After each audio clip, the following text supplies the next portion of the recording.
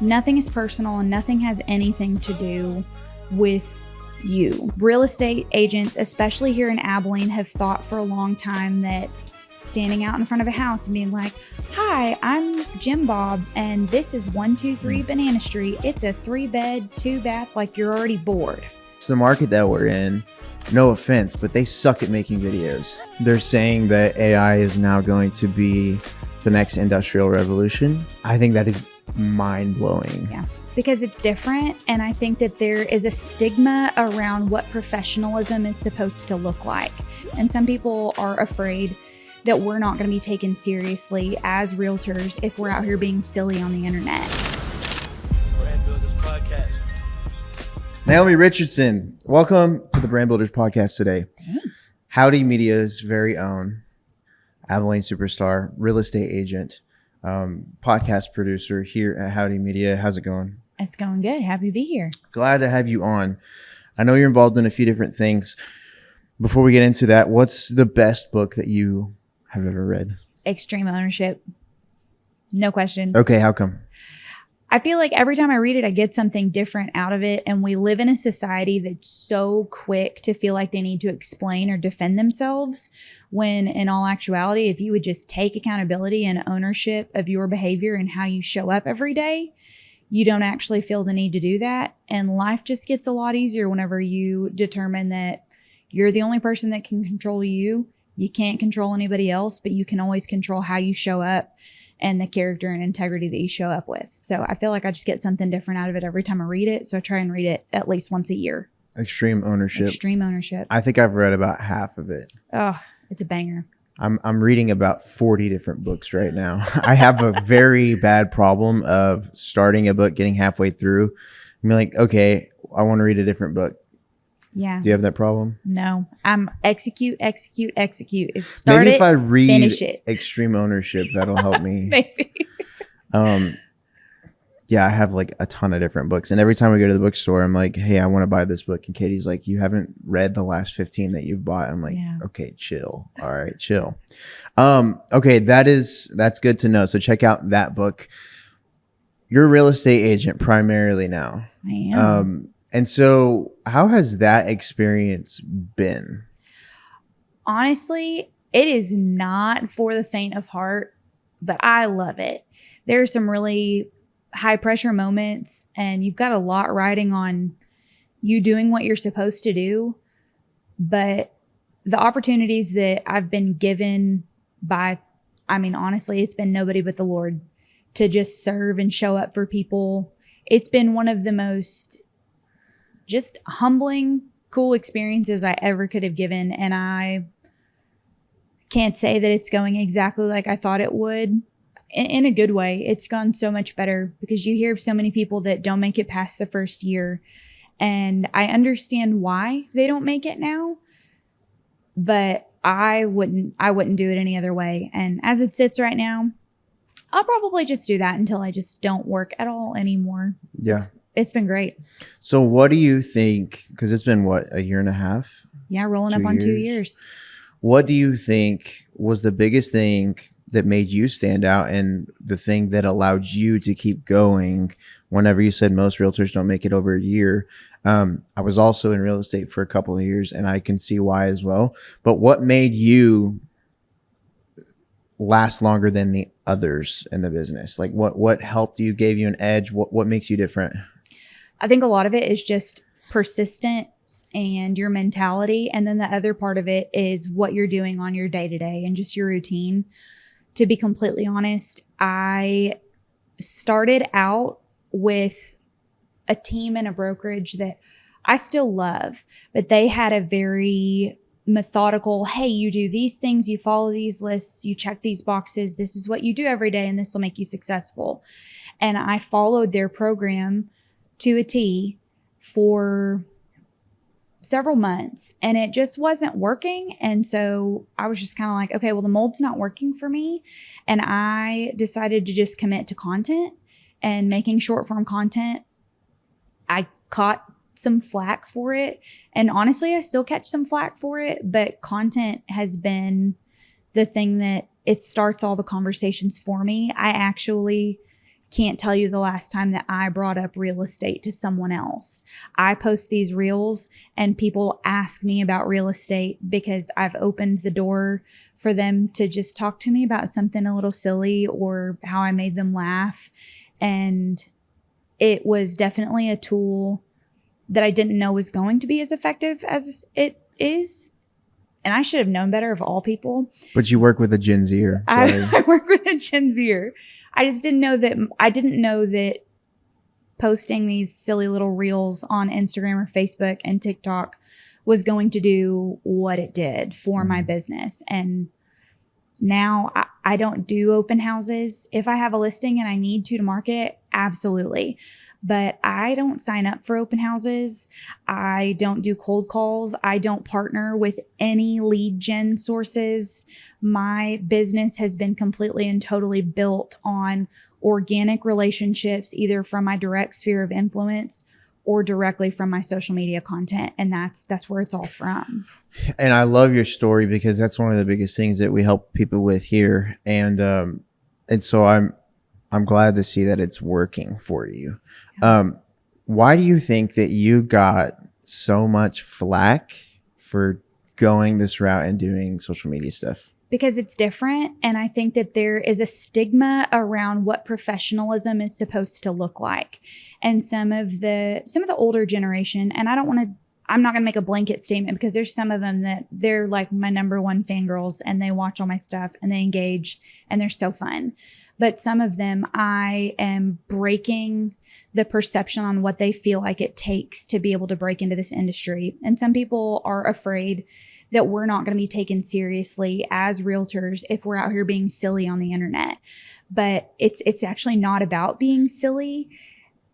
Real estate agents, especially here in Abilene, have thought for a long time that standing out in front of a house and being like, "Hi, I'm Jim Bob, and this is 123 Banana Street. It's a 3-bed, 2-bath, like you're already bored."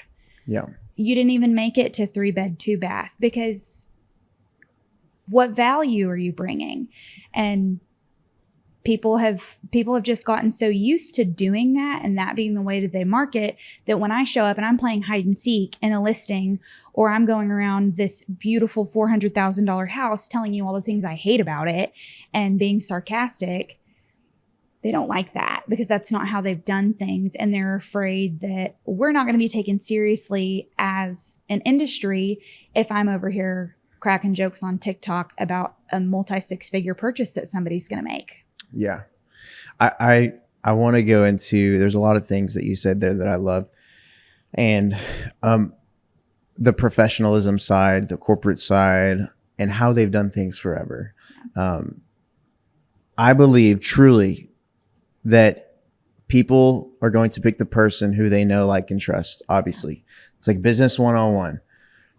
If you're out there posting content, getting literally tens of thousands of views per month versus the other realtor who is maybe putting out a commercial ad, like a TV ad or an ad in the newspaper, as old school as that sounds, the amount of people that are going to see you, know, like, and trust you are exponentially higher than anything else that you could possibly be doing. And so that's why I believe building a personal brand using video content is the highest ROI on your time. Yeah. And so I think that's why, from my point of view, why it is working out. Plus the market that we're in, no offense, but they suck at making videos. It's not great. It's not great. If you are good at making videos, please reach out to me because I am looking for help around here. But I think that also gives you an advantage. So if you're living in a town who is not necessarily caught up to the times like we are, take advantage of that. Because if you're going to be the first one doing that in your industry, then you're going to have a huge leg up. And so that's one reason I think you're seeing a lot of success with it as well. So you've been working with Howdy for what, almost 2 years? Yeah. What are some of the things that you've taken away from here that you've been able to implement into other areas of your life? You know, one question I get all of the time is, Daron, how in the world do your videos look and sound so freaking crispy? And so I want to let you in on a little secret. It has little to do with what I do and pretty much all to do with the type of gear that I use. And I've put together a document with all of the gear that I recommend if you're looking into going all in on content this year. There's ways to do it on multiple different budget levels, and I'll give all those options within this spreadsheet. But if that's something that's interesting to you, click the link down below in the description and you can grab that for absolutely free. Hopefully it changes your life and you come back and watch more videos. Let's get back to the episode. A lot of it has been, honestly, the biggest thing that I've taken away is that even though we're working with, honestly, the best equipment that's available in Abilene, we've got this sick space here now. The Lord has provided all of it, every single bit of it. This entire business since I started has all been built and centered around, Lord, use it how you want to. Keep Jesus at the middle of everything. And watching you start this from nothing and turning it into what it is now, and just leaning fully on the Lord and trusting that He's going to provide, whether that be clients or a space like this or finances to be able to purchase some of the equipment that you've had to purchase with the growth that's come, has made it a lot easier for me to step back and go, okay, well, if God's going to do it for Daron and Howdy, then He's going to do the same for me in real estate.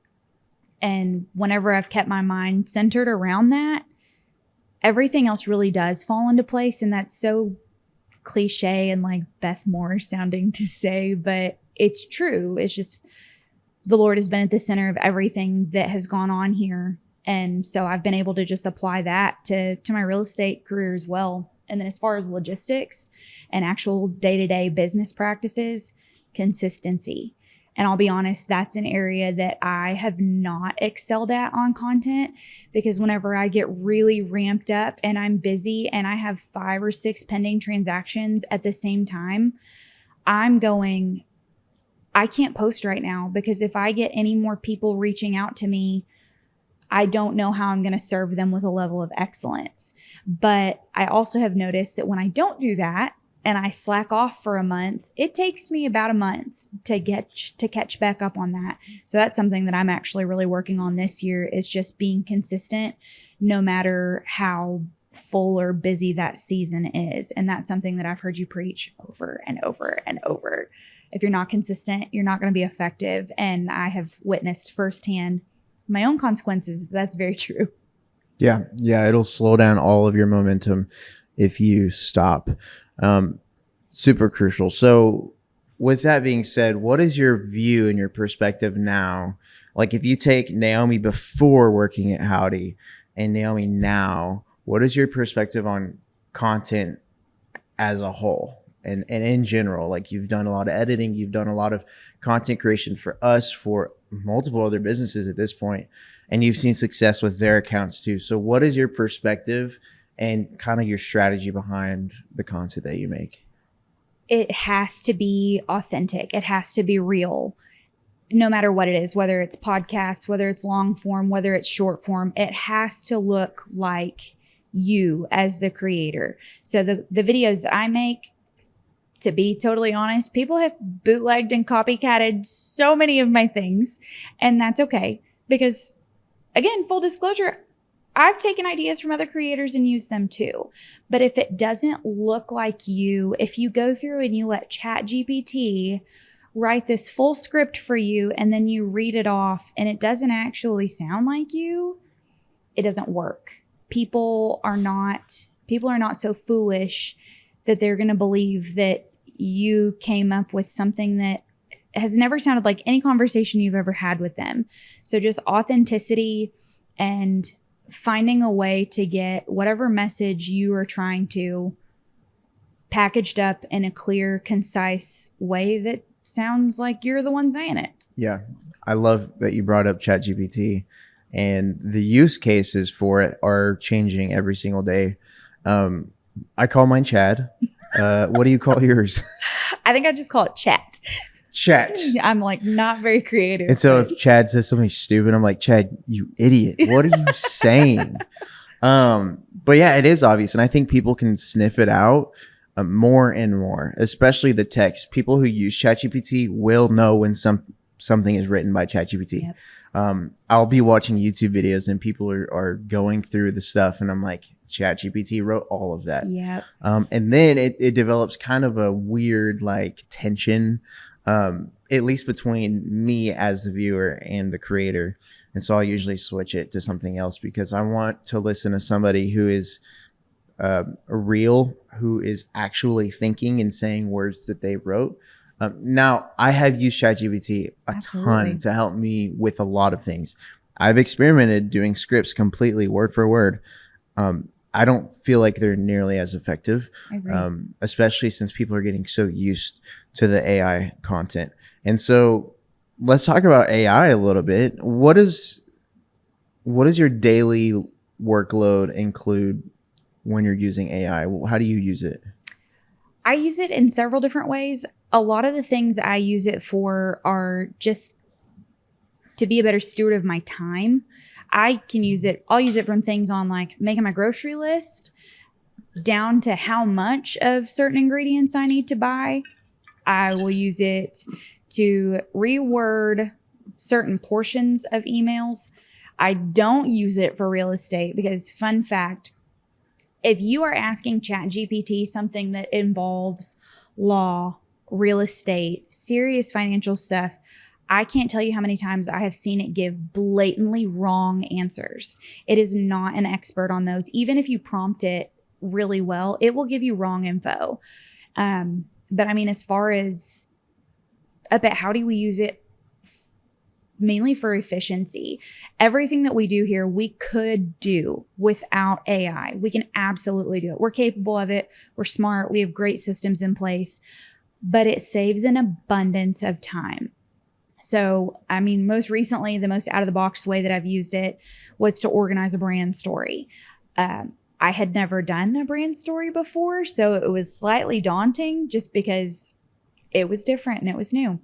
And I took the transcript from it because everything was jumbled up. We had speaker 1, speaker 2, speaker 3, a bunch of B-roll, and that needed to go from all of these separate files and assets into one cohesive brand story that captured just the essence of their brand and told it in a story form in a way that was going to bring value to a viewer and in turn help build their business further. But everything was just kind of all over the place. I could tell that when it was shot with intention, but I still needed to find a way to go through and take it. And I could have chopped it up and just dropped things here and there, but instead I exported the entire transcript, dropped it into ChatGPT and was like, hey, help me organize this a little bit better so that it tells a story and it makes it a little clear. So it generated a whole new thing. I went and organized it, re-exported the transcript again, I got it to help me kind of cut out some of the things that were more filler and a little less value-based. And we basically use it for framework and structure. It's not the finished project, but it builds a rough foundation that at least gives you a really strong starting point. Yeah. I mean, other than that, a lot. So much. You can use it however you want. It's kind of the sky's the limit. It's just knowing how to prompt it. And that's just taking trial and error. I feel like we learn something new every day on the best way to prompt it to give us what we need. They're saying that AI is now going to be the next industrial revolution. I believe that. I think that is mind blowing. Yeah. To think that we are getting to witness something that is, and like okay, disclaimer, I was not alive whenever the internet started to become a thing. I know it's wild. Listen, 2001 was a wild year and a lot of things happened. One of them including I was born. But like being at the forefront and seeing this, I didn't get to experience, what is it called? Y2K. Y2K, yeah.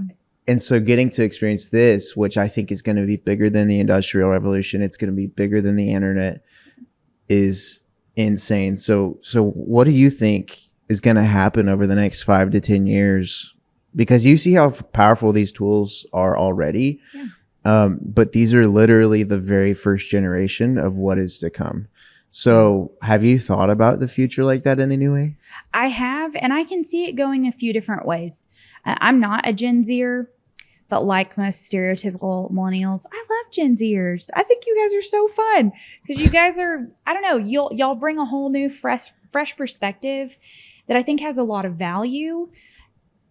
But you guys also, there's a deep craving and like yearning for genuine human connection because you grew up with iPads and screens and all the things, if you want to go stereotypical. Minecraft. Yeah.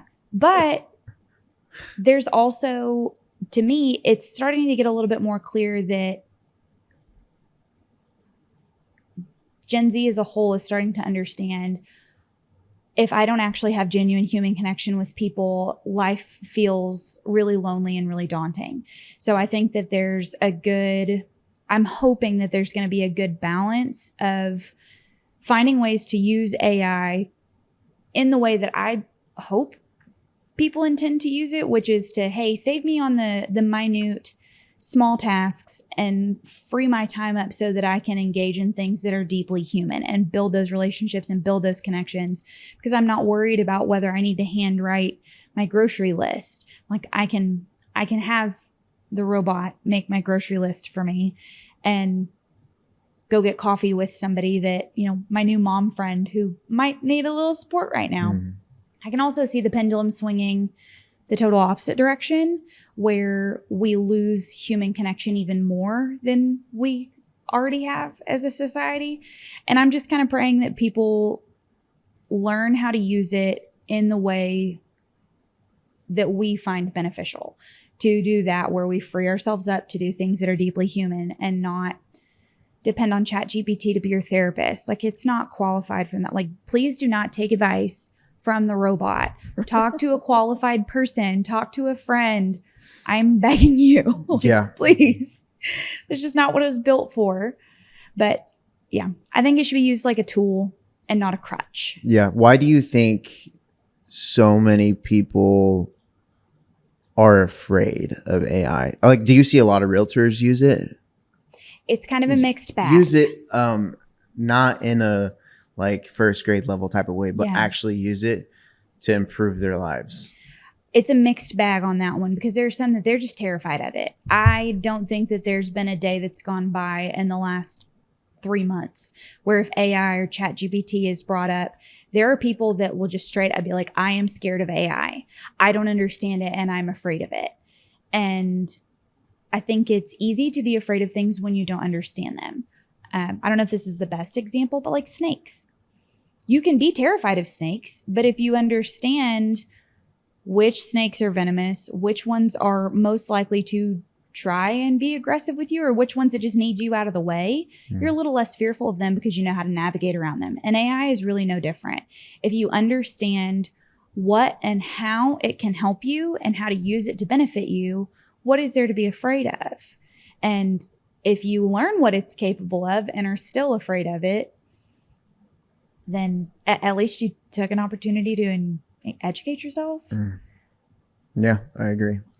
I think it's always important to, if you're listening to this, at least explore the options and see what it is capable of before you make a judgment or a call on whether or not you want to use it, because it's becoming so efficient that if you don't use it, then you will literally not have any competitive advantage in the next 5 years.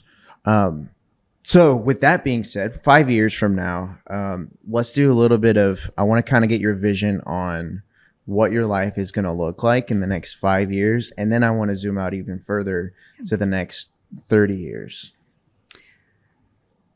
So my number one priority right now, I love real estate. I love Howdy, but my number one priority right now is my family. And I am, in the next 5 years, if everything goes the way that I hope, I will keep using short form, and I'm trying to get better about long form content. Daron preaches all the time. YouTube is where things are going. And full disclosure, I'm a little ADHD. So the thought of sitting down and making long form content is not the most You're doing it right now. I'm doing it right now, but it's not the most dopamine inducing thing that I've participated in all day. Hey, but it is the most It's trust building effective. thing It that you is. will do all day. I very much see the value. I have not been great in execution. So that's an area that I see the value in it. And I can either continue to see the value and choose not to execute and leave that as a completely unutilized tool in my kit, or I can stop being a dopamine chaser, commit to it, and hopefully help people in the process. I'm going to be real honest. I'm not somebody that's trying to sell 100 houses a year.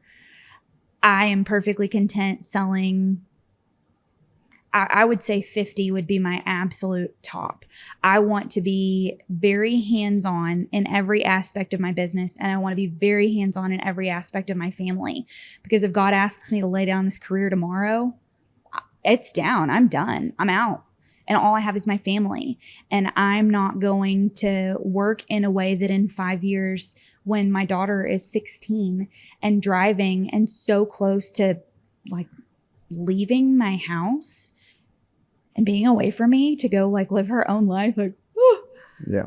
I'm not going to go through and sacrifice her childhood and the foundation of our family for a career, which is part of the reason I liked real estate, is because I can go through and I can build something to where if she decides I don't want to go to college, or maybe I want a couple years to figure out what I want to do, hopefully I can start teaching her real estate if she's interested in it, and let that be an option and an open door.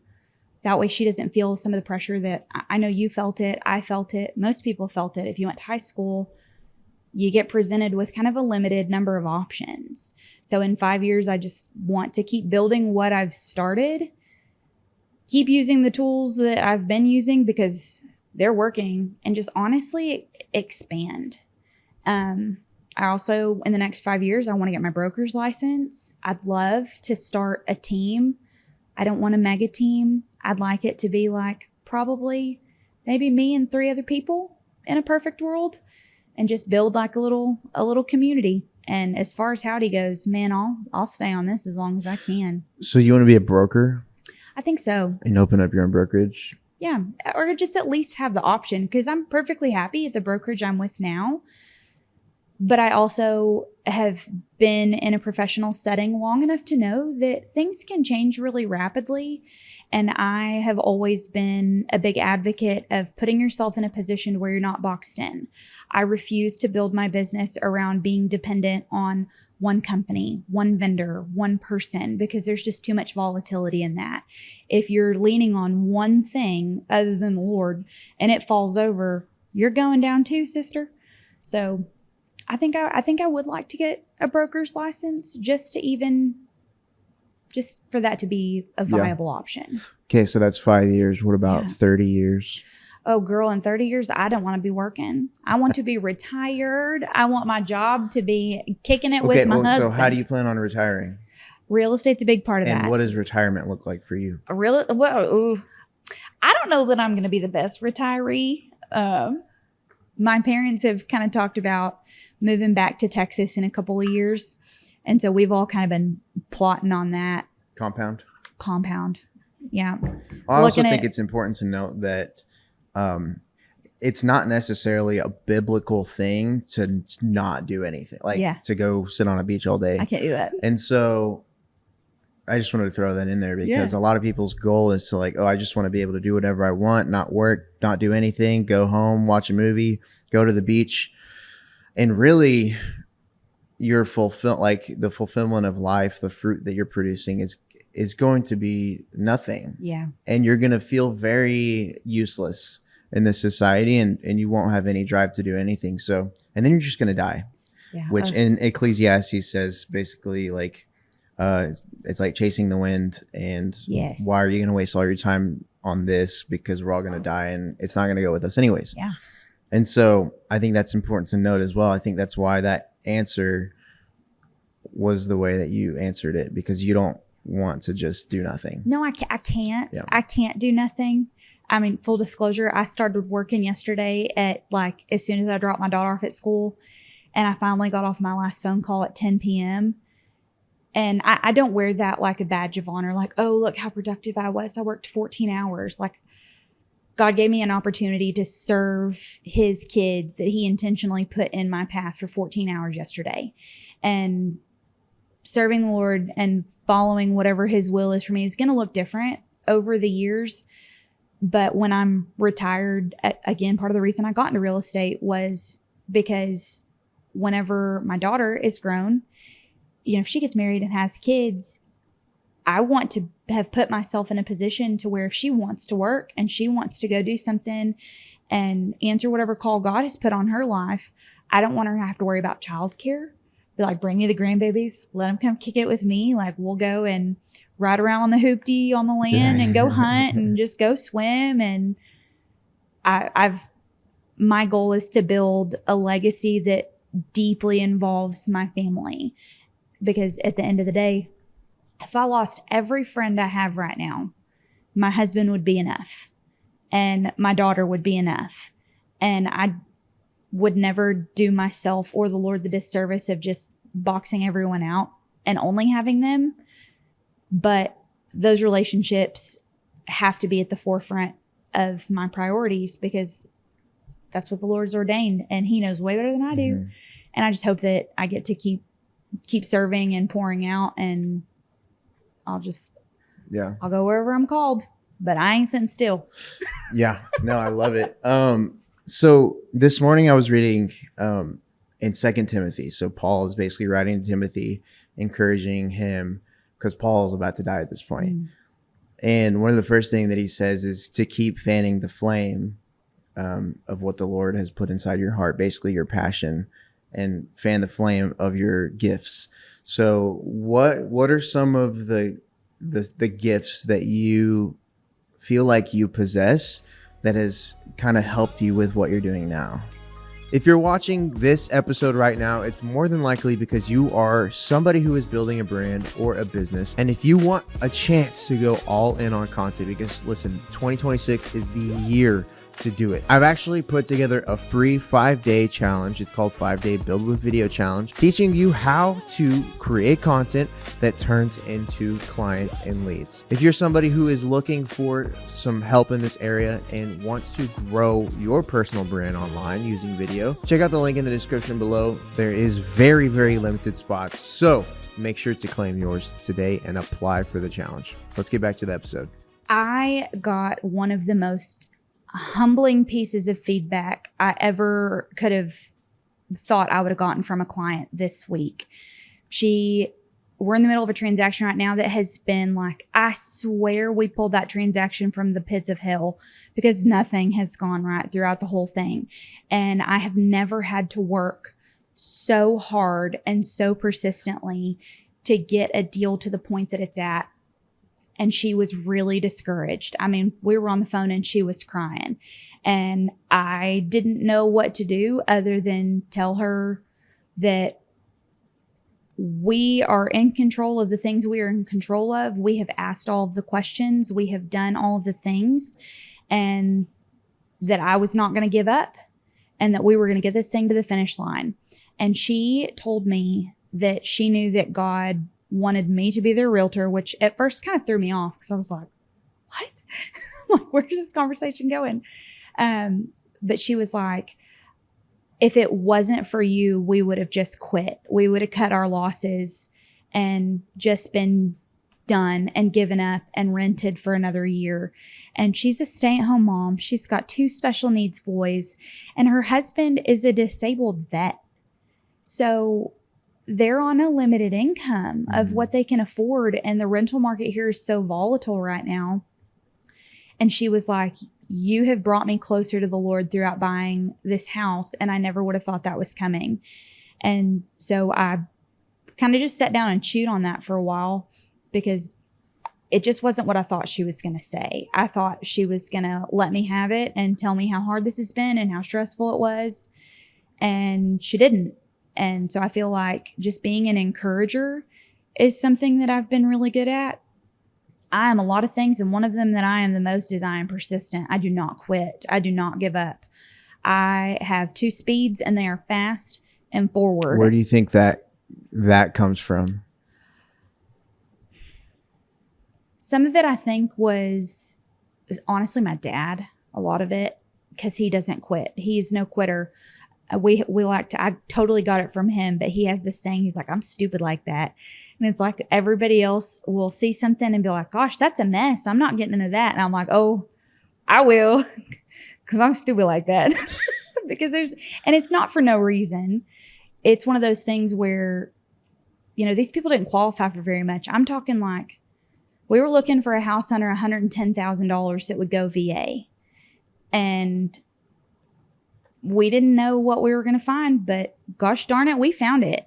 And it took some persistence. And a lot of that very much came from my dad. It was embedded in us from a young age. When someone comes and they ask for your help and you're capable of giving it to them, you need to do it with your whole chest, with your whole heart, and don't give up and have a good attitude while you're doing it. And that's all biblical principle too. It's that, I think it's Colossians 3, where it's like, anything you do it heartily unto the Lord, not unto men. And even if these clients wouldn't have been grateful or appreciative or told me that they felt encouraged, I know that everything I didn't do it so that I could get a pat on the back. I did it because that's what God's calling me to do right now. So I feel like I'm good at encouragement. Sometimes I do it in my own flavor and it's a little odd, but it is what it is. Yeah. And I'm definitely, I got no quit in me. Like, other than that, I have no idea what I'm doing. You just like to give, have you given out a porcelain, what is it, a goose? I've not given out a porch goose yet. Porch goose. Is it porcelain or am I tripping? Okay. Some of them are cement. Mine is A plastic. cement goose? I'm afraid to give somebody a cement goose because I'm afraid somebody's kid would pick it up and drop it on their foot or hurt themselves. Or, you know, if I walk out the door and I kick my little plastic goose, like, Gertrude might get her feelings hurt, but no one should be physically harmed. Yeah. But if I kick a cement goose, it That's could gonna be hurt, a bad yeah. day. Wow. Okay. Well, are you going to in the future? I might. For the Okay. right person, I might. Okay. The last question I have for you today is what is the best piece of advice that you've ever gotten? Because the people listening to this are people who are building brands and building businesses. So what would be that one piece of advice that has changed your life and that could potentially change their lives? Absolutely nothing is personal. We are really quick to get caught up in, you know, oh, Sarah said that my content was silly. Well, Sarah's probably got some stuff going on and maybe some insecurities that she's dealing with. And maybe you shed some light on something that she wasn't ready to expose. And it doesn't actually have anything to do with you. We're quick to get our feelings hurt and, you know, oh, you hurt me. Oh, you did this to me. Nothing is personal and nothing has anything to do with you. So when you learn to just not find offense in what other people are doing, it makes it a lot easier. And that's been, I probably didn't word that super eloquently. No, yeah, I I got get that you. from the 4 Agreements. And if you've never read the 4 Agreements, that's another 10 out of 10. It's not a long read, but absolutely nothing is personal. Nothing has anything to do with you. The author of that book gets into kind of the depths of that. Yeah. And he can explain it so much better than I am. But nothing's actually personal. Not one thing. Fire. Absolutely fire today. Thanks for coming on the podcast. Where can people find you if they want to watch your content, connect with you, or hire you as a realtor? I'm not hard to find. You can find me on Facebook, Naomi Stark Richardson. You can find me on Instagram, homie.naomi.realtor. And you can also find me on TikTok, which is also Homie Naomi Realtor. And then I have a YouTube channel. Right now I've got like 7 subscribers and 1 video up. I was about to say, you better plug your YouTube channel. I do. It's under Homie Naomi. Again, not super hard to find, but go give me a like, follow me around. You can at least be nosy and see what I'm doing. Let's go. All right. Thanks for tuning in for today's episode. I hope you found some value in it, and we'll catch you in the next one. If you've made it to the end of this episode, and I hope you enjoyed it, I wanted to encourage you to check out the rest of our videos, the rest of our podcasts. There's tons of educational stuff talking about building a brand. We bring in a lot of brands that are faith-based to dive deep into what it is exactly that is working for them, what is not working for them, just to encourage other people like you who are building brands. And so if this interests you, take a look at the rest of the channel. You will also see I'm sitting right here in our content studio. We're located in the middle of Texas, and we film tons of content for businesses, entrepreneurs, content creators all around the state. So if you're interested in looking at more of our services, our website, howdymedia.com, is available in the link down below. Check out the rest of our stuff. Send me the word loyal on Instagram in my DMs if you made it to the end of the episode, so I know and I can personally thank you for watching. So hope you guys enjoyed today's episode, and we'll see you in the next one. Peace.